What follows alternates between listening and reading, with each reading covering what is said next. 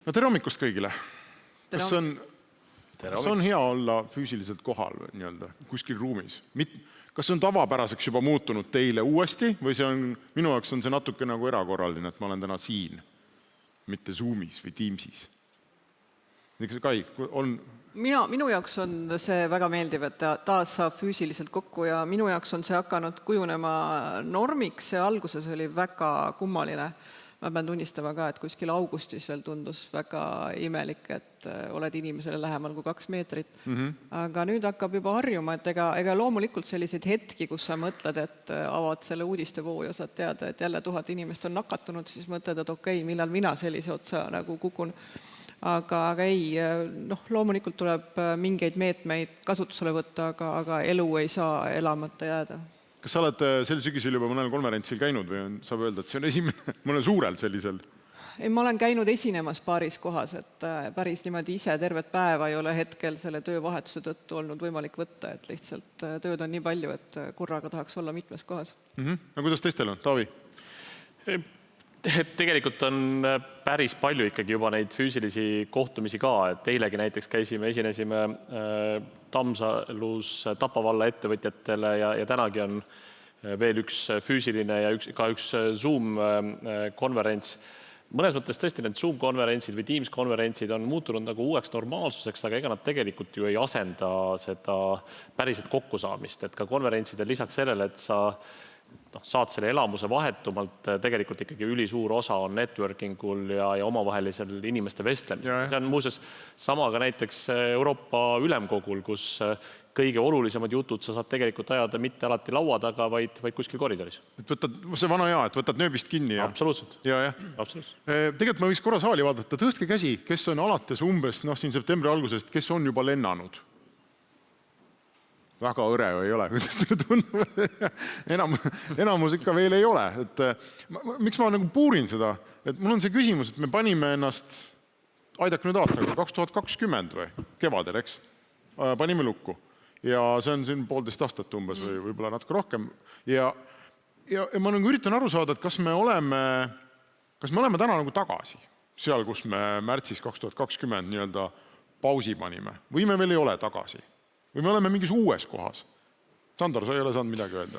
Jaa, ma mõtlen nii, et kui ma mõtlen isiklikult, siis täitsa enda vaatest praegu, siis ma olen lennanud juba 2 korda, lendan järgmine nädal jälle, olen käinud konverentsil, olen organiseerinud neid, et mõnes mõttes isiklikult võin öelda, et ma olen ikkagi praktiliselt nagu enam-vähem tagasi. Võib-olla jah, tõesti mingid perega puhkusreise või niisugust asju ei plaani hetkel veel üldse. Aga ma arvan, et mis on tegelikult ikkagi teistmoodi ja ma arvan, et see jääb, et mul ongi ka jällegi väga konkreetne isiklik näide, kell 11 on järgmine kohtumine ja ma praegu veel ei tea, et kas ma lähen füüsiliselt Maakri tänavale või ma lähen koju ja teen sealt Teamsi kaudu. Et see minu meelest ikkagi see koosolekute nagu hübriidsus, vist on õige termin, eks ju, et see nagu vist ikkagi jääb, et sa tegelikult kunagi ei tea, kes tuleb täna kontorisse või kes ei tule, et hommikul tavaliselt esimene, ma täna töötan kodust näiteks kellegilt või et ma arvan, see on see, mis on tegelikult ikka jääb. Aga ma olen Taaviga täiesti nõus, mida juba Taavi korra ütles, et tegelikult ikkagi me elektrooniliselt, mida me õppisime, et me saame asjad tehtud, mis on vaja teha. Aga ütleme nii ikkagi niisugust digitaalset õllejoomist või kokteilijoomist või ka veini testimist, mida muideks ka tehakse, et saadetakse pudeleid koju või näidised, et mina küll ära pole õppinud. Ja mul sõber töötab Google'is ja siis Google'i personaliosakond oli välja töötanud team buildingu projekti, kus siis kogu tiimile, ma olen 100 inimesi vist, saadeti koju Ikebana komplektid. Ja siis nad läksid mingisse Google Meeti või ma ei tea, mida nad kasutavad ja siis kõik pusserdasid kodus mingi Ikebana kallal ja siis oli tiim ehitatud. Sami, teil oli väga põhjalik inimeste selline koju saatmise süsteem lausa. Teil oli väga kuidagi kiiresti organiseerus see ja ettevõte töötas nagu edasi. Kas see on täna, kui sa kontorisse lähed, see on endiselt sama tühi, nagu ta oli aasta aega tagasi või on sul inimesed seal tagasi? No mul esiteks isiklikult juhtus see, et pandemia hakkas nüüd siin järgi andma, siis ma andsin Sõpruse puiesteelt nii parkimiskoha kui kontori ära. või selle oma toa ära, mul ei ole kumbagi enam. Sest ma sain aru, et ma kasutasin neid mõlemaid 5 korda 1,5 aasta jooksul, ma leidsin, et see on ebaefektiivne. Kes su toas istub siis praegu? Sellest tuli mingi 2-3 inimese väike koosolekutuba. See ongi see, mida me vajame edaspidi, et inimesed ei tule tööle selleks, et istuda oma toolil. Inimesed tulevad kontorisse selleks, et saada kellegiga või ühe või rohkema inimesega kokku. See on see väärtus. See, et kodus või mitte ei ole nagu, ei anna juurde. Meie puhul, Elisa puhul me olime juba mitu aastat enne, mingi 5-6 aastat tagasi, kui me saime aru, et me peame tõstma oma konkurentsivõimet tööjõuturul. Selle tagajärg oli nagu suur panustus kaugtööle. Muidugi seal on ka see, et me natuke tegeleme nende eat your own dogsideks. Aga see on nagu see kaugtöö oli meil juba nagu DNA-s päris hästi sees ja see nii-öelda 3 päevaga 1000 inimest koju projekt, siis võib-olla see nimi on vähän liialdatud, aga tegelikult ka. Ja kõige tähtsam oli see, et kliendid ei tajunud seda eriti üldse, et inimesed kolisid koju. Meil oli kogu aeg kontor lahti. Et kui sa tahad tulla, sa saad tulla, reeglid on teised, hajutatud ja eemal teisest, et me ei pannud kontorit kunagi kinni, ei pane ka. Et meile see oli nagu nende nagu tehtud valikute ja otsuste või valitud liini selline viimalik nagu tööline nagu test. Aga kas ainult sina andsid oma selle kontoritoa ja parkimiskoha ära või teised ka võisid anda öelda, et ma ei käi enam eriti kontoris? Ausalt öeldes ma ei tea, aga ma olen kindel, et ma ainus ei ole. Et see on, meil on ikkagi selline sisemine nagu nälg natuke sellele, et kui näeme, et kuskil ressurssi raiskatakse, siis võiks tegeleda sellega nagu paremini.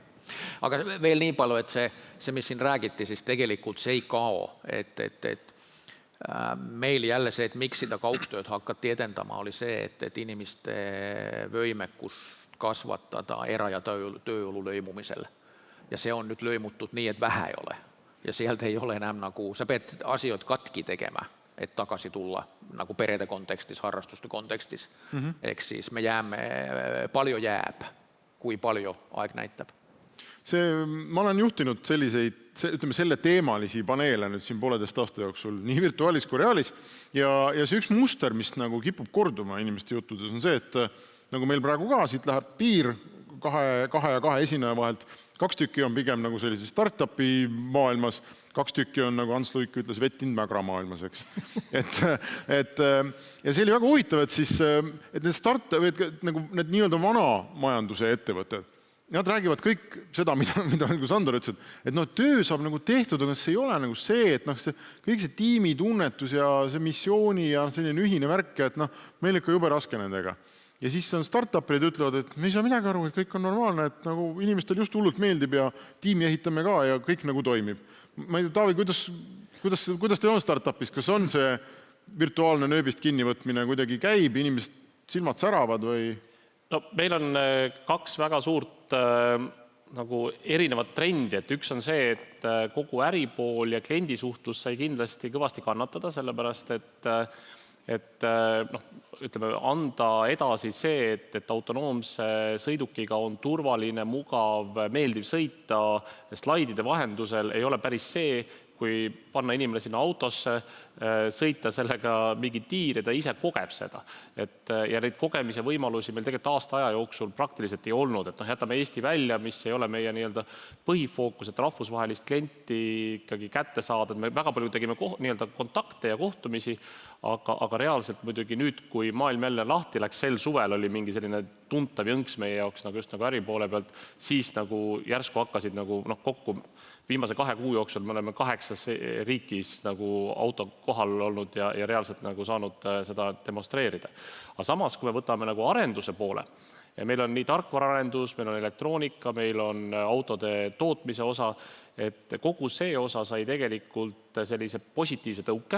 Natuke sellepärast ka, et see äripool või see nii-öelda praktikas kliendi jaoks sõitmine ei olnud nende jaoks jalus. Et muidu on nii, et kui sa pead kliendi jaoks kuskil sõitma või kas või näiteks nagu meil üleeile oli Euroopa Komisjoni president meie autodega sõitmas, et loomulikult ka tugitiim on nagu väga niimoodi valmis ja ärevil ja vaatab see, keskendub sellele, et kõik oleks maksimaalselt korras, siis, või samamoodi näiteks mitmed opereerimised, mida me oleme launchinud viimastel nädalatel, siis kuna neid ei toimunud, siis kogu see nii-öelda arendustiim sai keskenduda sellele, et teha autot veel paremaks ja see tegelikult minu kuuldud tagasiside nendelt on see, et oli tegelikult pigem kasuks ja toimis hästi. Sandor, miks sa ütlesid, et teil ikkagi see mingi nööbist kinnivõtmine, kohvi joomine, et kirjelda mingit situatsioone või natuke räägi seda nagu lahti, et miks see sinu jaoks probleem on? No ma toon hästi konkreetse näite, mis tegelikult me Gridio konkureeris ja valiti Free Electronsi programmi. Märtsi alguses pidi see kus keskpaigas pidi algama, et põhimõtteliselt oligi nii, et ma mäletan, ma ise olin veel reisil, 9. märtsi jõudsin Eestisse, sama nädala lõpus läks kinni ja siis järgmine nädal algas meil see Free Electronsi programm, mis üle maailma 10 globaalset energiafirmat seda toetasid ja algselt me pidi olema kuskil Singapuris, eks ju, ja 4-5 erinevat sessiooni, kõik ei ära, eks ju, et kõik oli elektrooniliselt, et see situatsioon võib-olla nagu väga hästi ilmestas, et ma mäletan seda, et meil oli üks-ühele kohtumis nende firmadega, nagu Gridio ja siis firmad teiselt poolt innovatsioonitiimid vastas, kõik väga top firmad, et ühelt poolt oli hea tunne, et me saime õudselt efektiivselt, tõesti 2 päevaga me käisime Austraalia, Ameerika, kõik kohad läbi, eks ju. Ja me rääkisime oma tootest, me rääkisime praktilist asjast, eks ole, aga mida me tegelikult ei saanud teha, me ei saanud nende teiste startup-perite kokku, olid küll mingid ruumikesed ja nagu tehti, aga ütleme nii, et need tegelikult ei toiminud. Selle väga vähe osalejaid üritati, et võtame õlled ja värgid, aga oleks see reaalselt toimunud. Oota nii, et igaüks istub kodus kuskil täpselt, igaüks arvuti taga, eks ole. Ja selles mõttes, et see näitas tegelikult, et kindlalt sellest programmist, ütleme, vähemalt pool või vähemalt, ütleme ikkagi, võib-olla isegi rohkem, ei tegelikult saamata. Ja ma usun täiesti kindlasti, et oleks me nende innovatsioonitiimidega nagu seal koha peal kohtunud. Me oleks tegelikult parema kontakti saavutanud, võib-olla sealt midagi tulnud tegelikult. Ja nüüd tulles tagasi võib-olla ikka konkreetselt Gridio tiimi juurde, väike tiim, eks ole, et ühes toas, et loomulikult, kui läksime kõik laiali, tähendab, keegi kontorisse ei tulnud, töövahendid kohe leidsime, kuidas neid ülesanded jagada, sai hommikul ka niisugused stand-up'e teha elektrooniliselt, eks ju. Aga kuhu me täna oleme jõudnud, täna on ikkagi see, et kontoris suur valge tahvel, Vildika kirjutaks sinna peale hommikul asjad tähendab, et me oleme tegelikult seal tagasi ja tegelikult ikkagi, kui sul on väike tiim, siis see töötab, tegelikult ta töötab paremini ja mis on ikka oluline erinevus on see, et eks me inimestena kõik tahame ka vaheldust. Me tahame kodust vahel ikka välja tulla, me tahaks see mingi rutiin kuskil seal Telliskivis ikka lõuna teha, et see on nagu, see on juba mingisugune, kuidagi teistmoodi on, me tegelikult tahame seda inimestele, vähemalt meie tiimis on küll nii, et kui enamusega räägid, siis jah, me saame tehtud, aga lõpuks on ikkagi see, et võiks ikka kontoris käia jälle ja käiakse. Jah, see kodukontoriga igasuguseid naljakaid asju võib avastada, et näiteks, et sul ei ole printerit või sul ei ulatu võrgukaabel kuhugi või kuni selline välja, et kohvi ja vetsupaberi tarbimine kasvab hüppeliselt mingil põhjusel, muidu sa oled terve päev ära. Kai, sa vahetasid tööd keset seda pandeemiat kuidagi. Kas tööintervjuud olid ka niimoodi, et jõite õlut arvutada ka kumbki? No tööintervjuul päris õlut ei jooda, aga tõesti kummaline selles mõttes, et olla niimoodi värvatud, et sa ei ole ühtegi inimest nagu füüsiliselt näinud, sest et sellel hetkel Rootsi oli lukus, neid ei saanud välja, nad ei saanud kedagi sisse lasta. Et jah, eks ta selline väike nagu põnev hetk oli, et esimene elus töökollek, uus inimene uuest ettevõttest oli üks prügiautojuht Circle K tanklas Jõhvis, kellega ma siis kokku sain, et ta arutas seal parajasti teenindajatega, et miks te selle muti saatsite meile, et siis ta sai kohe selle mutiga seal samas tanklas ka tuttavaks, et tore oli, temal oli rõõm näha uut juhti ja minul oli tore näha siis esimest töötajat. Mida? Kas ta töötab siiamaani teie juurde? No loomulikult, mulle väga meeldivad inimesed, kes on otsekohesed ja avameelsed, et niimoodi saad sa tegelikult väga kiiresti teada, mis ettevõttes toimub, et ei ole vaja seda karta. Kas see, ma ikka mõtlen, et kuidas me nagu otsustame seda, et mis me nagu sellest crisis mode'ist on ju, kõik need virtuaalsed õllejoomised ja Teamsid ja ma ei tea, mis iganes asjad on ju. Et mis meil nüüd siis jääb täna, kui me arvame, lähme varsti lahti, võib-olla käib veel korra mingi sakk, aga tõenäoliselt nüüd ikkagi kuude kaupa enam maailma kinni ei panda, mina ei usu. Mis jääb, mis ei jää? Ma saan aru, et kõik on üksmeelel, et need koosolekud, Teamsid jäävad. või unustame ära? ja Muidugi ei, jäävad. kindlasti hübriid jääb ja ma arvan, et mis veel jääb, on kindlasti see, et kui me räägime sellisest protsessipõhisest tööst, et sul on nagu selge protsess, mida mööda sa liigud, seal on selged nagu lülid, kes mida teeb, ma arvan, et selline töö väga paljuski jääb sellisesse nii-öelda kodukeskkonda ja või ükskõik kuhu, see ei pea olema kontoris. Sa täidad mingisugust jupikest ja sa tead, mis su ülesanne on, et väga palju sellist tööd kindlasti siirdub kontoritest välja, aga milles ma arvan, et sul tuleb veel päris mõnus segadus on see, et vähemalt minu kogemus on see, et inimesed väga reipalt tahaks töötada kodukontorist, aga osade jaoks on endiselt soov, et teda kontoris ootaks ikkagi see tema töölaud ja see lillepott ja koera ja lapse pilt seal laua peal, et see saab olema selline uus mõnus väljakutse, et kuidas siis saada üle ka sellest, et mul ka kontoris ei ole enam seda oma nurka, vaid et ongi niisugune hot desking, et saabun ja siis valin selle koha, mis hetkel saadaval on, et see saab olema päris huvitav üleminek. Sa võid teha, võib-olla peaks tegema lilletesti, et kui sa tahad oma seda lauda, siis sa paned sinna ühe lille. Ja niikaua, kui see lill on elus, on see laud sinu oma. Ja kui see lill on kuivanud, siis me järeldame, et sa ei käi siin ja siis me võtame selle väga hea, seda ma proovin järgi. Sami, kuidas? Me jatkaks sinna, meil on Elisas emaettevõttes selline kiiresti kasvav nimitame seda digitaalseks haruks, mis ostab ettevõtteid ümber maailma suurusjärgus 2 per aasta siiamaani ostnud. Laieneb läbi selle, laieneb ka geneeriliselt. Ja meil oli väga lähedal esimene acquisition nii, et me ei näe nüüd ühtegi inimest. Ja kui sa ettevõtted ostad, väiked ettevõtted ostad, no sa ostadki need inimesed, sa ostad selle tuumiku. Ja see ei jää nüüd selle tõttu ära, et me ei näe nüüd neid inimesi. Me olime väga nagu near final, aga siis lihtsalt numbrid otsustasid, et seal tuli no go. Ja see oleks, ma arvan, et neid näiteid maailmas liiga palju ei ole, kus meiesugune suht konservatiivne ja väga sisuka ja läbimööldud acquisition protsessi omav ettevõtte oleks ostanud teise ettevõtte nägemata ühtegi inimest face to face. Kahjuks see jäi ära. Mis riigis see teine ettevõte oli, saad sa öelda? Singapuris. Okei, no sinna ei olnud ka mingit lootust saada, eks ole. Kus juures seal nähti palju vaeva selleks, et meil on olnud teiste tegevuste puhul Singapuris selles hotellis inimesi 2 nädalat seal kruvitud uste taga. See on ka oma moodi kogemus. Aga Elisas need kaugkoosolekud, ma saan aru, on igapäevane asi, see toimib ja kavatseb toimida edasi? Need olid juba enne ja mul oli isiklikult oli väga hea harjutus siis, kui Haabersti ring tehti. See oli minu esimene pandeemia. Sest sealt ei saanud läbi 2 tundi hommikul ja õhtul, siis ma juba nagu mina olin pandeemias iga hommik 8-10 ja 3-5. Et see oli selles mõttes, mul oli väga hea nagu sisse sõita pandeemias ja ma olin juba testinud. Aga seal tuleb selliseid küsimusi näiteks see, et kui me oleme siin 5-4 nagu koosolekuruumis ja meil on 3 on kauges, me oleme täiesti erinevates infoväljades. Meil on body language, nendel ei ole. Ma võin kuiskutada siin midagi tälle, need ei kuule. Niipidi ei või teha nagu head koosolekud.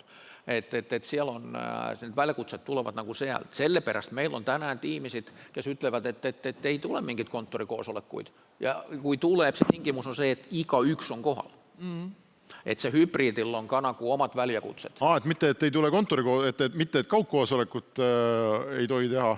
Ühesõnaga, et kontoris ei tohi koosolekut teha, on nüüd uus normaalsus. Ei, vaid kontoris võib teha koosoleku tingimusel, et kõik on kontoris. Nojah, või siis kõik on remote'is. Et see vahepeal ei toimi. Ei ole, jah. Meil oli enne pandeemiat, ka ma mäletan, üks tiim ütles tollal, et esmaspäeviti keegi ei tee kaugtööd, sest inimesed juba ei näinud ennast, oli enne pandeemiat. Ja siis need kokkulepped esmaspäeval loome tööd, et tüütrukud näevad uued seelikud ja soengud ja särgid-värgid. Oli naistes koos tiim siis. Et need ilmingud olid juba enne olemas. Sandor, kuidas teil on? Kamandasid kõik tagasi kontorisse, võtame üks seal nööbist kinni ikka? Ja ikka enamus on kontoris, aga ikkagi on see, et sama, et kindel, esmaspäevad üritavad kõik olla, tähendab, aga nagu jah, ta on ikkagi nii, et see hübriid jääb. Ma arvan, hübriid on kindel, mis jääb ja võib-olla isegi võib öelda nii, et kui varem oli nii, et kui kontoris käidi tööd tegemas ja siis tahtsin mingi ajurünnakut teha, siis mindi kuskile off-site, eks ju, kuskile võeti mingi saunamajake ja värk, eks ju.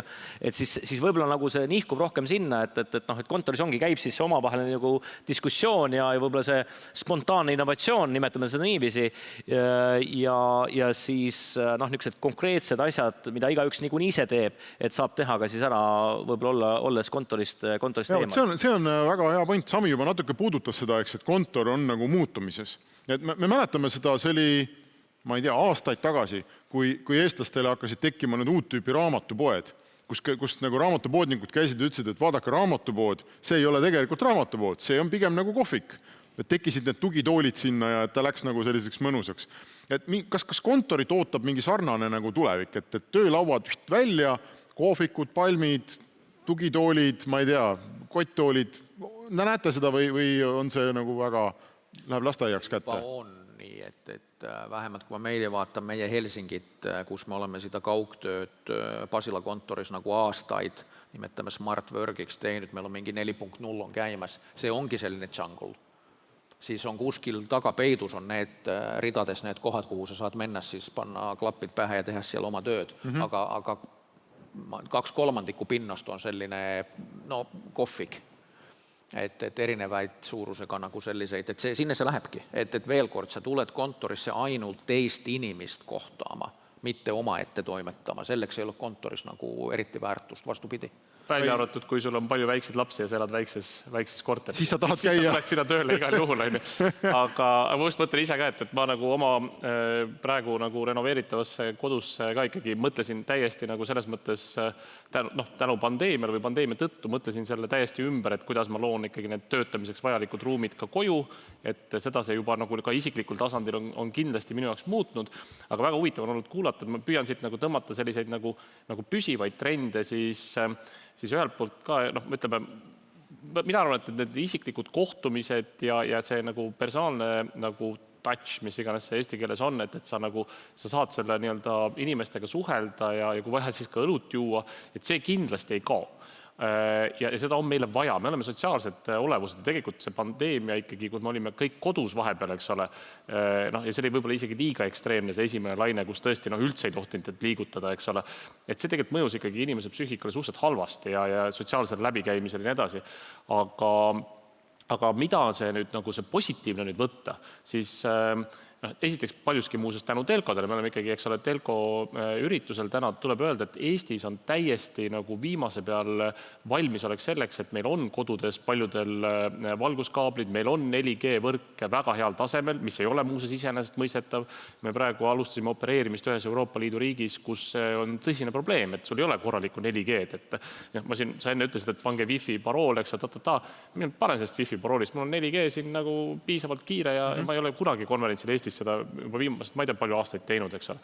Et see kogu see valmisolek on olemas ja mida me saame sellega teha on see, et tegelikult tõenäoliselt me saame ka rahvusvahelisi kohtumisi teha nädalas, kui vaja, siis 10 korda rohkem, kui muidu saaks. Me saame sellise efektiivsuseelise põhimõtteliselt. Just, et me saame nagu näiteks ütleme, et esimese kontakti ja võib-olla ka mingi follow-up kohtumise me saame teha kaugteel, see on täiesti normaalne.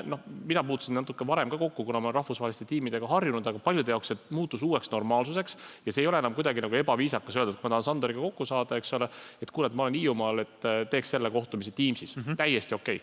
Ja see annab meile tegelikult võimaluse rohkem kohtuda, rohkem nagu kontakte teha ja võib-olla ka nagu äris selle võrra nagu edukamad olla, just rahvusvahelise äris, et tegelikult ju maailm muutus selle pandeemia ajal väiksemaks.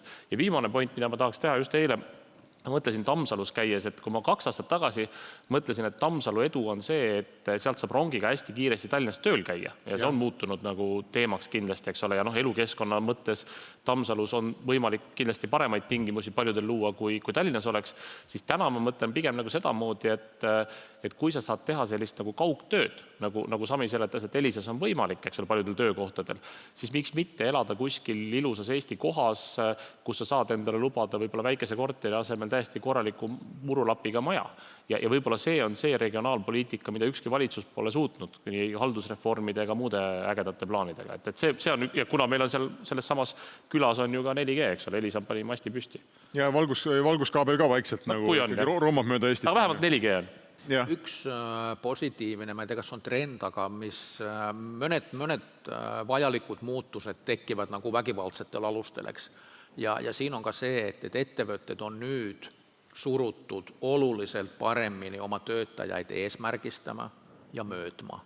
Ja see oli ka üks, ma arvan, et meie selline väike eelis, et meil oli ka see kultuur nagu väga paigas. Meil on olnud selliseid suurepäraseid naisjuhte kunagi, kes on väga eesmärgipäraselt. Oli Mägitorpas oli üks suurepärane naisterahvas, kes nagu karmilt ajab taga eesmärke ja nõuab neid ja ka siin paneelis täna kohal. Need on ainult, kas need on naised tavaliselt, jah? Mõnikord. Ja see oli lihtsalt aga point selles, et nüüd on nagu, nüüd ei toimi enam see, et kuna sa inimest ei näe, niin sul peab olema väga hästi kokkulepitud päev, nädal, kuu, kvartal, pool aasta, et sa tead, mida sa temalt ootad. Ja see on kokkulepitud ja meil on see kultuur, me paneme sinne palju aikaa. Me valime need möödikud, me kokkulepime need ja jälgime neid. Need ettevõtted, kes ta varem ei teinud, nüüd need peab tegema. Ja kui kõik seda teevad, siis majandus läheb kindlasti tõhusammaks. Et see on üks selline nagu, kas on trend, ma ei tea, kas on hea muutus. Ja, see on tegelikult juhtimises on väga suur muutus toimunud ja kui mõni inimene või mõni juht ei ole veel aru saanud, siis ma arvan, et ta võib-olla ei ole aru saanud, et ta ei olegi päris juht. Et see on, ma arvan, üks väga suur muutus ja mis aitab kaasa ka Eestis võib-olla juhtimiskultuuri üldisele tõstmisele, et sa tegelikult pead inimesega tegelema, et paljud juhid varem lihtsalt tegelesid sellega, et nad andsid inimesele üle, ma ei tea, laua või üle toa ukse korraldusi ja see juhtimine toimus nii, et tegelikult juht ei panustanud sellesse protsessi, vaid ta lihtsalt nii-öelda kamandas maakeeles. Aga nüüd, kui see esimene pandeemia osa sattus, kus tõesti on üldse võimalik kokku saada, siis tegelikult oli ikkagi päris huvitavaid tagasisidesid erinevalt keskastme juhtudelt, kes mõned kurtsid, et no ei toimi, ei saa aru, mis juhtus, et inimene ei tööta, aru ei saa, kus ta on. No ja siis lõpuks selgus, et tegelikult puuduski täpselt see oskus inimestele tööülesandeid anda ja teine asi puudus ka kogemus, kuidas inimeselt seda tagasisidet saada, sest et inimene tegelikult ei olnud kunagi harjunud oma juhi juurde minema. Ta oli alati oma vastused saanud niimoodi juhi järel mööda koridori sörkides, kui see läks kohvitopsi täitma, siis alluv jooksis talle järel ja küsis, et okei, ma pean seda tegema, kuidas ma seda teen, aga sellist nagu planeeritud omavahelist vestlust tegelikult ei olnudki üldse välja kujunenud ja nüüd need muutused olid ikka päris huvitavad, et tuli ikkagi ka inimestega rääkida, et kuidas sul seal läheb, et noh, kellel ongi siin väiksed lapsed, no mul ka mõned kolleegid olid, ma siiamaani respekt, kuidas nad seda kõike suutsid, kui sul on 2 täiskasvanud, kes peavad tööd tegema ja sul on 2 eelkooliealist last või veel hullem. Mul on vihje siin laua peal, eks.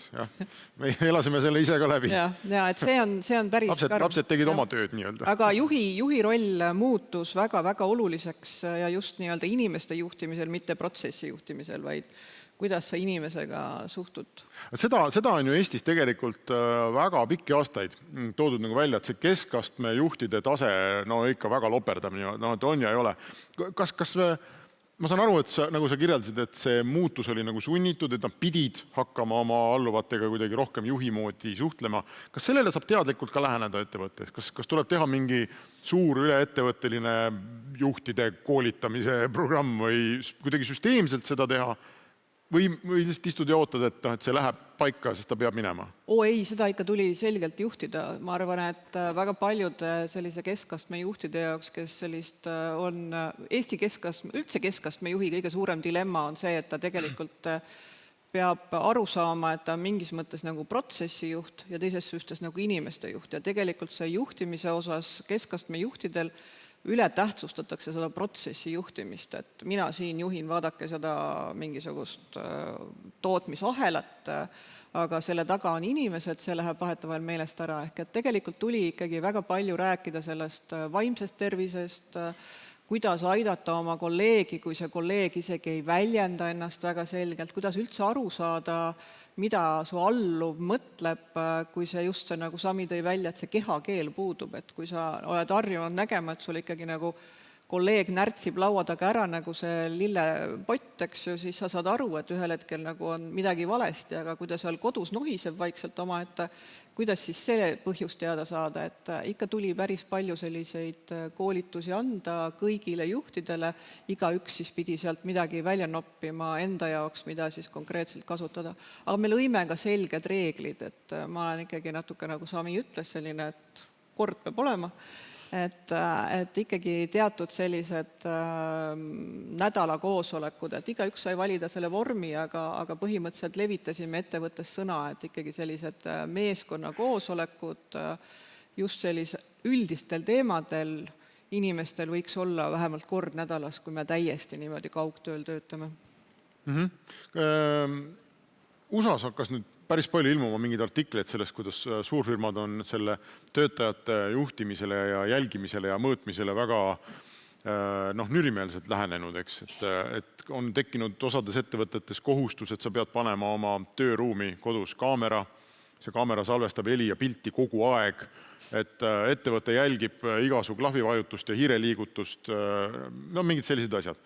Ja paljud nendest olid allahankijate juures kuskil Ladina-Ameerikas ehk riikides, kus ka, ma arvan, see õiguslik pool ei ole nii hästi arenenud välja. Kas te näete siin ka Eesti kontekstis ohtu, et mõni ettevõte hakkab väga reipalt juurutama kodus töötajate mõõtmist?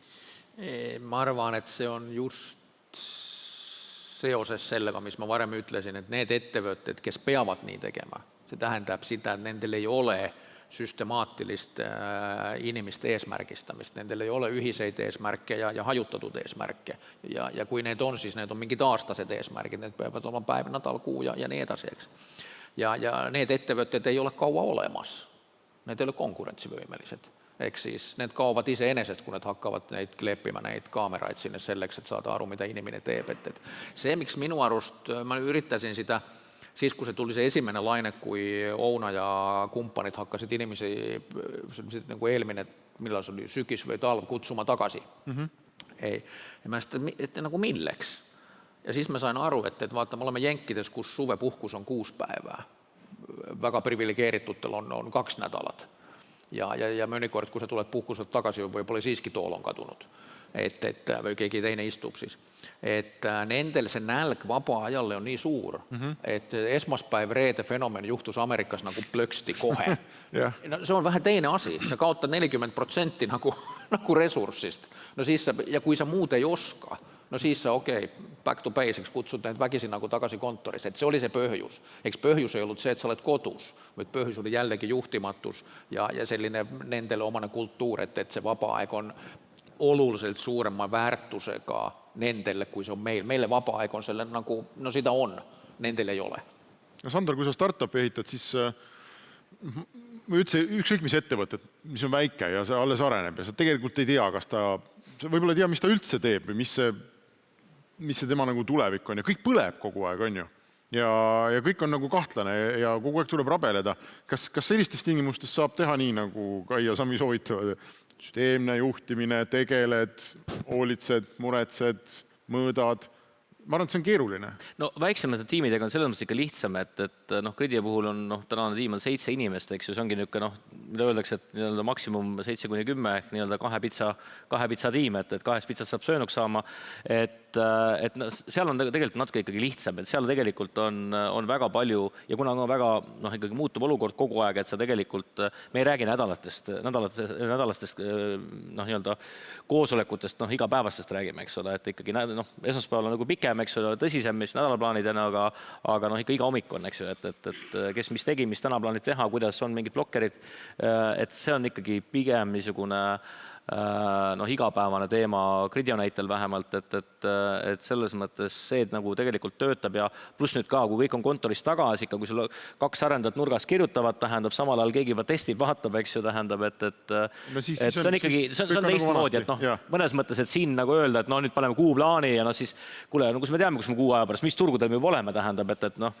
ma eile vaatasin uut versiooni, tähendab, testflight'is on ju õhtul tuli Apple'ist tuli veel midagi, on veel natuke muuta seal, tähendab, on ju, et midagi ei toiminud, on ju, ma arvan, et võib-olla juba on väljas sel ajal, kui me räägime, tähendab, et uus versioon, eks ju, Appist on ju, et selles mõttes need tempod on natukene hoopis teistmoodi ja tegelikult ju, kui me nüüd räägime natukene ikkagi sellest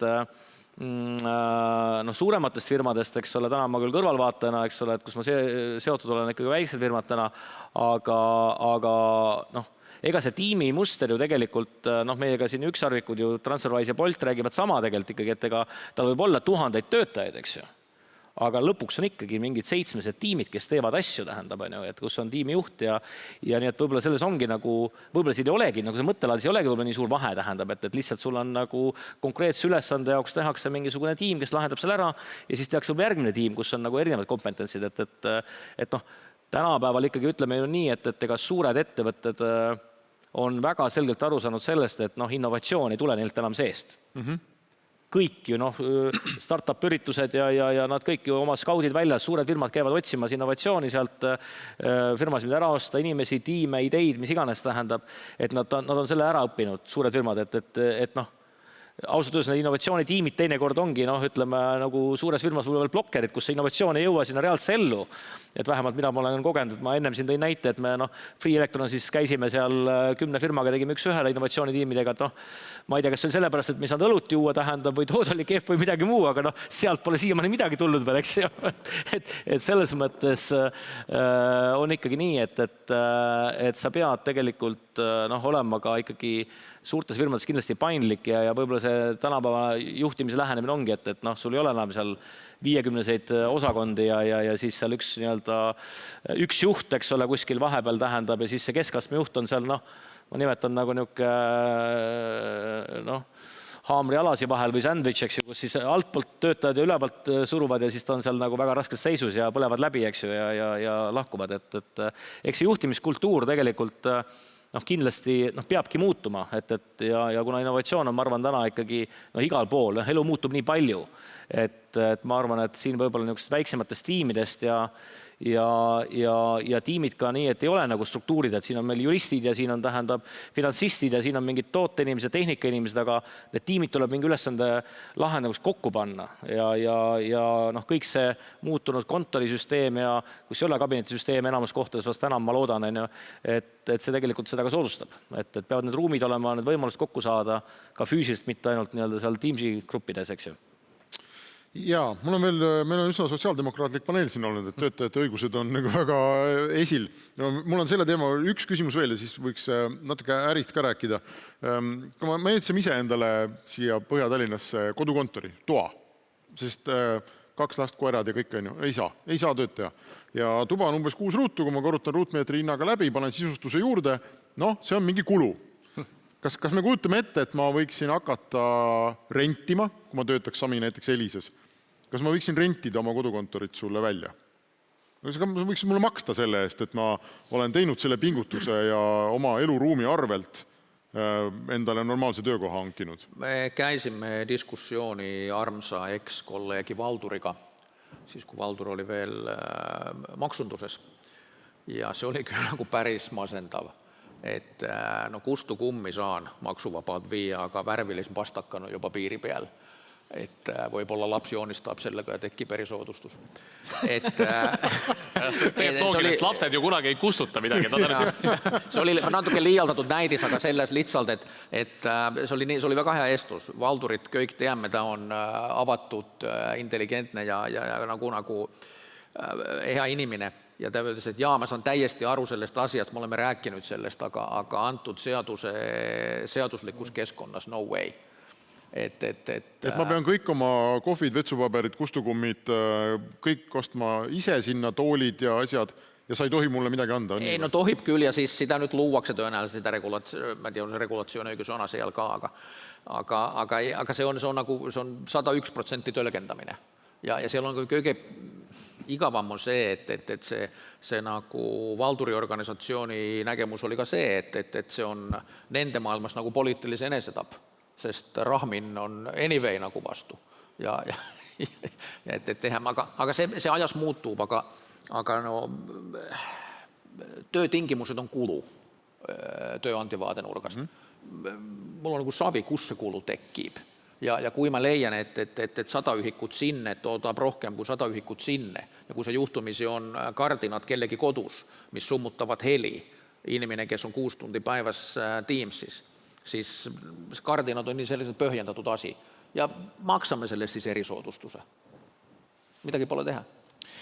Ja selles mõttes väga hea debatt, et ma olen ise neid olnud seotud ju nii rahanduskomisjoni juhi kui hiljem ministrina nende seaduste tegemisega ja mina nagu siin nagu vaidleks sellele Maksuameti väga jäigale seisukohale kindlasti vastu, et tegelikult on võimalik ka praegused seadused selliselt tõlgendada, et nii nagu Samme ütles, et tegelikult see on põhjendatav, et kui sa ehitad endale kabinetti ja sa kasutadki seda ettevõtlustegevuseks ja sul ongi reaalselt nagu tänases keskkonnas sul ongi kodus vaja ruume, millest lapsed tuleb hoida nii kaugel kui vähegi võimalik, sellepärast et sul ei ole muud moodi võimalik seda ühendust saada või ka kodu interneti kulu näiteks. Teine asi, millele ma ka päris palju mõelnud on see, et me peame avama ka selle debati, et uute tööliikide aktsepteerimine, et ei ole enam nii, et kuidagi kogu maailma selline tööloogika käib tohutu vaidlus globaalselt, eks ole, et kas siis nagu see, kes Uberiga või Boltiga sõidab, et on ta nüüd nagu töötaja ja sotsiaalsed garantiid või on ta siis nagu mikroettevõtja, eks. Ja kõik see nagu lähtub sellest, et me oleme kinni sellises, ma ei tea, tööstusrevolutsiooni aegses mingis 8-5 sa pead niimoodi töötama. Aga see ei ole ilmtingimata nii, et või see 28 päeva peab puhkust olema, eks ole, ja kui sul on staaži, siis saad 2 päeva juurde või mis iganes see on, eks ole. Come on, päris maailmas enam ei toimu asjad niimoodi. Ja sul ei ole nii normatiivset tööaega vaja, ja sul ei ole vaja nii normatiivselt läheneda kõikidele asjadele.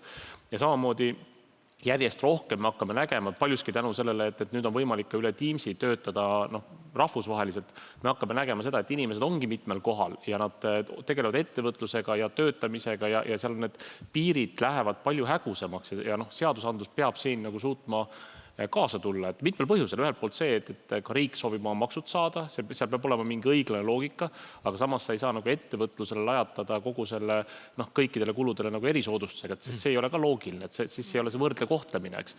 Et need on need teemad, kus ma loodan, et Eesti suudab olla nagu esimeste hulgas, kes neid teemasid nagu püüab lahendada. Et ma möönan, et see ei ole lihtne ja siin on väga palju selliseid ja alati iga nagu selline seaduse suur muudatus annab võimaluse ka sellisteks võib-olla nagu maksuaukude ärakasutamiseks, et seda tuleb püüda vältida, aga selline mõistlik lähenemine, ma arvan, on asi, kus Eesti võiks olla esimest hulgas, sest fakt on see, et töötamine ei ole enam 8-5 ainult. See muutub igal juhul. Ja, ma arvan ka, et siin võib-olla lõpetuseks öelda, et see ma olen seal Taavi öelduga täiesti nõus, et keeruline on jätkata sellise seadusandlusega, nagu meil täna on, kui inimesed ei ole enam seotud ainult ühe tööandjaga. Meie tänane kogu tööseadusandluse nagu loogika on üles ehitatud sellele, et töötaja on nii-öelda see väga õrn osapool ja tema üle valitseb see üks tööandja.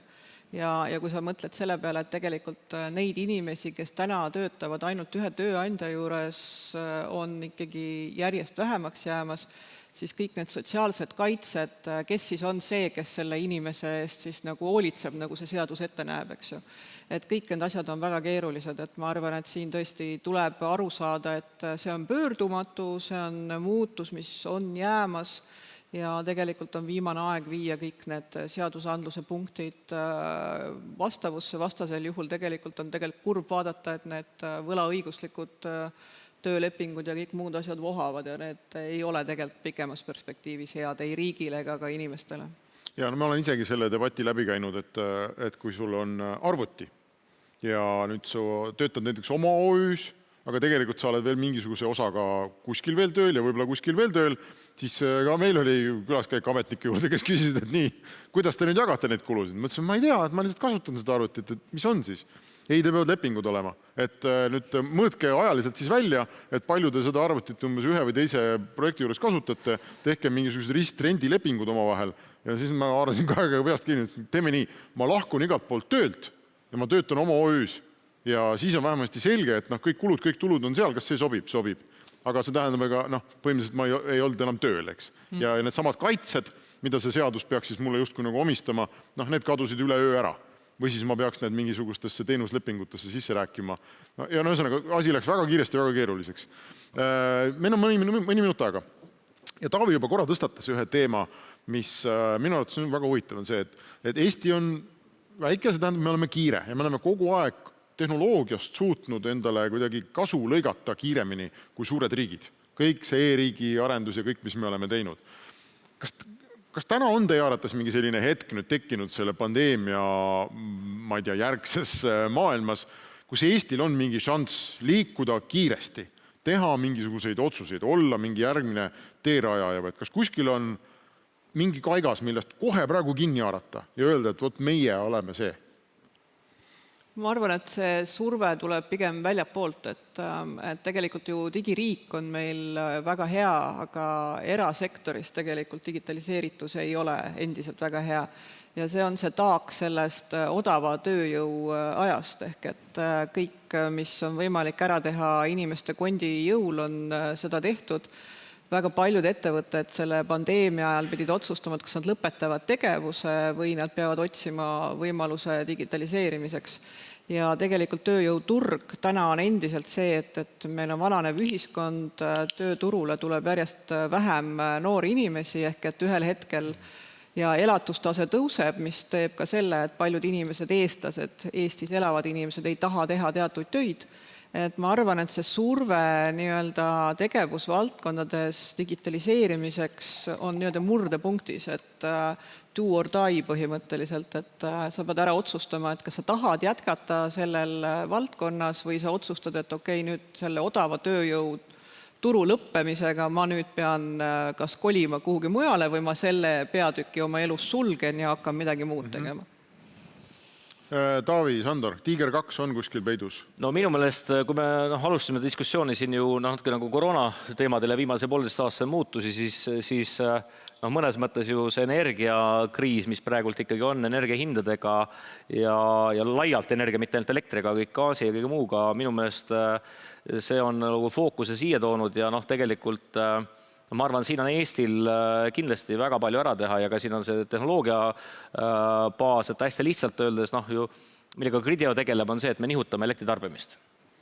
Ja hästi lihtsalt öeldes, et kuna ju tuult ja päikest süsteemi tuleb niikuinii tulevikus juurde, siis kui siiani on olnud see, et me peame tegelikult tootmine pidi järgima tarbimist, eks ju, tarbimine oli primaarne ja siis tootmine kuidagi pidi sättima ennast, eks ju, siis ikkagi pikas perspektiivis läheb tagurpidi, et väga palju, kuna tootmist on väga palju elektritootmist sellist, mis sõltub ilmast, tuulest, päikesest, siis tegelikult tarbimine peab hakkama seda järgima. See on üks asi ja teine asi muidugi, et ma arvan, me näeme siin praegu Saksamaa näitel, kuidas tuumajaamast pannakse kinni, tähendab, ja Vene gaas ruulib täiega, eks ole, ja eile tuli uudis, et Putin siis tuleb appi natuke lõpuks, eks ole, et ma arvan, et siin on ka tegelikult ikkagi Eestil nagu üks õppetund, et kui meil siin 8 aastat pole ühtegi tuulikut ehitatud ja kõik meretuulepargid on ainult paberil ja siis tegelikult ikkagi üks asi, mis on nagu ainult nagu tarbimisjuhtimisega Grideo Eesti elektriprobleem ära ei lahendada, eks ju, et ikkagi nagu tootmist on vaja juurde panna, et see on üllatus, mis nüüd kõigile tuleb kohale ja see on üle Euroopa praegult, et siin on palju mõjureid, aga ma arvan, et tegelikult just nimelt ikkagi see suur teema praegult ja see on globaalne teema, on energiavaldkonna ikkagi nimetame siis keeruliselt dekarboniseerimine, eks ole, ja reaalselt asjade ära tegemine, mitte rääkimine ja selleks on vaja ehitada nii tuult kui päikest kui tuumajaama, tarbimise juhtimist, kõike seda, mis tegelikult see süsteemi püsti hoiab, sest ainult hullemaks läheb. Midagi lihtsalt lahendusi tule. Taavi? Kui me vaatame valdkondi lõikes, me leiame päris palju valdkondi, mis trendina nagu pöördumatult on muutumises või muutuvad. Et e-kommerts on näiteks asi, kus Eesti seni oli suhteliselt nagu maha jäänud paljude riikidega võrreldes ja ma arvan, et see laine tegelikult on alles sellises algusfaasis, et tegelikult järjest rohkem me naudime kontaktivaba ostu, samuti tegelikult ka kontaktivaba transport, valdkond, milles Auvetech tegutseb, kindlasti on nagu tänu sellele pandeemiale, kui nii tohib öelda, saamas sellist tohutut nagu taganttuult ja kiirendust. Ja kui võrrelda nagu Eesti seisukohast, siis ma arvan, et see maksusüsteemi loogikast me juba natuke rääkisime, me võiks olla esimeste hulgas, kes saab aru, et töötamine ei ole enam sama, mis kunagi tehastes ainult, et tehased on ka jätkuvalt, aga palju töötamist on nagu väljaspool tehaseid tänapäeval. Ja teine teema on ikkagi see elukeskkond, et Eesti, kui kunagi ma olin siin laval 5 aastat tagasi ühe inimesega Londonist ja ühe inimesega Silicon Valley'st ja me pidime nagu igaüks põhjendama, et miks nende riigis on kõige parem keskkond. Ja ainuke asi, millega nende vastu tol hetkel ma suutsin nagu midagi öelda, oli see, et aga vaadake, meil on võimalik sama raha eest saada endale meeletult palju paremad elamistingimused. Ja nüüd on meil võimalik, järjest rohkem võimalik teha seda, et sa töötad Silicon Valley's või Londonis või isegi see asukoht ei olegi enam nii tähtis ja sa elad Eestis ja sa eladki kuskil kenas looduslikus kohas, minu pärast Hiiumaal või kus iganes, kus sul on nagu Elisa pannud korraliku nagu ühenduse sisse, eks ole, internetiühenduse ja sa saadki seda palka, mis on nii-öelda rahvusvahelise tasemel. Ja võt see võib olla see, mis nagu eestlaste elukvaliteeti meeletult parandab. Kui me oskame selle läbi närida, et kuidas me seda saavutame, miks mitte ei võiks nende inimeste hulgas, võtame Hiiumaa kõrvale ka Saaremaa, eks ole, soomlased teadupärast lähevad kohe ekstaaži, kui nad Saaremaast kuulevad hea meelega, miks ei võiks meil olla nagu 1000, 10 000, mis iganes soomlast, kes nagu leiavad oma koduks Saaremaa ja töötavad näiteks mõnes Soome ettevõttes edasi, et sellistele asjadele võiks minu mõelest mõelda. Jah, valguskaabli fännkond. Mul on mõned küsimused on tulnud, me läheme küll paar minutit üle, aga ma arvan, see on oluline. Kas on anda konkreetseid näpunäiteid, kuidas mõõta meeskonna õnneindeksid kaugtöö tingimustes, mis töötab, mis ei tööta? Õnneindeks. No ühesõnaga seda, kus sa enne kirjeldasid või kes sa kirjeldasid, kas ta närtsib või närtsi, eks? Seda ikka saab tegelikult, loomulikult on olemas sellised klassikalised uuringumeetodid. Mina ise usun, et seda indeksit saab ikkagi mõõta läbi selle, et kas inimene reaalselt on oma töös tulemuslik või mitte. Et paratamatult elu on näidanud, et kaasaegses maailmas inimesed, kes on rahul oma eluga, oma töökeskkonnaga, tegelikult töötavad efektiivsemalt, on asjadega õigel ajal valmis ja valmis ka teistega koostööks. Aga seda kuidagi numbrisse panna ei saa, et sa ei alusta oma päeva sellega, et kuskil dashboard, mis ütleb 4,2. Ja ma sellesse väga ei usu, et loomulikult neid mõõtmisi suurtes kontsernides tehakse ja kõike muud, aga kui nende numbrite sisse minna, siis kui see ikkagi läheb omaette selliseks sotsialistlikuks võistluseks, et mu juht ütleb mulle, et vaata, et sa head numbrid paned, muidu me peame aasta aega tõestama, et me ei ole idioodid, et siis see ei toimi. Et ikkagi selline kontakt on see kõige parem õnneindeksi mõõtmine, et ikkagi näed oma inimest, saad temast aru ja kraadid nii-öelda sisetunde abil. Sami? Ja ma arvan, et see süstemaatiline üks-ühte tegemine nagu köikidel levelitel, millele minu arust Kai siin viitas, on see võtti, kuna see minu arust eesti keeles on ülihea väljund, on see palati keskmine temperatuur. Ja kui sul juba varem, kui kõik kontoris käisid, see keskmine 4,2, no ta tegelikult ei ütle mitte midagi. Nüüd, kui inimesed, kui me oleme hajusjuhtimises ja hajusorganisatsioonis, see ütleb veel vähem. See ei ole mitte üldse enam mingi number. See on 4,2, no tore. Et sa pead menema üks-ühe tasandile, see otsene ülemus on see tõenäoliselt ainus inimene koos kõrvalkolleegid, kes suudab hinnata seda sinu nagu, et sa ei droppa, kui me vaatame nagu negatiivselt küll. Ja mul on väga hea soovitus kõigil, kes tahavad oma meeskonna temperatuuri mõõta, küsige sellel üks-ühel kohtumisel oma alluva käest, et kirjelda mulle palun, kuidas väljendub hoolivus sinu jaoks töökeskkonnas. Teate, mina olen seda küsinud ja iga kord ma olen üllatunud sellest, kui palju see erinevatel inimeste erinevat asja tähendab. Et ma olen saanud vastuseid umbes sellest äärest, et mul on kolleeg, kelle õlal ma saan nutta, küsimus, miks inimene tööl nutab, eks ju. Aga teine vastus võib vabalt olla see, et hoolivus on minu jaoks see, et mul ei passita peale või et mul lastakse iseseisvalt otsustada või midagi. Et see annab tegelikult väga hea sellise pildi inimesest, kuidas ta tajub seda, milline töökeskkond või milline on see, ütleme, keskkond, kus ta töötab. Okei, ja mitu küsimust on tulnud, see tundub olevat mingi valus teema. Video kasutamine veebikoosolekutel. Kas peab tegema kohustuslikuks? Mulle ei meeldi, introvert ei saa hakkama. Mis sellega on? Sandor, jah. See on jah väga huvitav teema, et ma mõtlesin, et lootsin, et see tuleb üles, et mul on ka ikkagi nagu... Võib-olla sa küsisid ise mulle siin. Ei, ma ei küsinud. Mina olen seda ikkagi kasutanud, aga mul oli üks kummaline kogemus, võtame hilisema, tähendab just eelmine nädal üks vana tuttav, kes oli Šveitsis, ta oli ühest tööandja juures teise läinud ja tahtsime ka nagu tema initsiatiivil, et tahtsime nagu koosoleku teha, ta pani selle Teamsi värgi püsti, tähendab, mina ka ikkagi kokku lepitud, olin ikka kodukontoris ilusti nagu arvuti taga, eks ju, tähendab, ja panin video käima, tähendab, ja siis tema ei pane, on ju, sul video, ootad, ma vaatan, kas ma päkki saan kuidagi, tähendab, meesterahvas ka veel on ju, tähendab, ei, kuule, ma ei saa, ma teeme sama, et me tegime videokoosoleku üks-ühele mina pildiga tema ilma, et mulle tundus see väga imelik. Et sellest, mis pandeemia alguses, mida panin tähele, et nagu Soome naised mitte kunagi ei tulnud pildiga ja siis ma hakkasin uurima, et mis kuradi häks on nendega, miks nad ei tule. Ja siis tuli välja, et nad ei ole juuksuris kaua käinud, nad ei taha tulla. Aga just Soome naised ei tulnud, tähendab, et see on väga kummaline, tähendab, et osad on kindlad, kes tulevad. Ma ei räägi nendest suurtest koosolekus, kus on 25 inimest, eks ole. See on elementaarne, et paljud on off, et lihtsalt mis iganes juba võib-olla interneti kasutus igal pool ja nii edasi, neid videosid palju, et on enamus ilma ja siis kui rääkima hakkavad, siis pannud peale.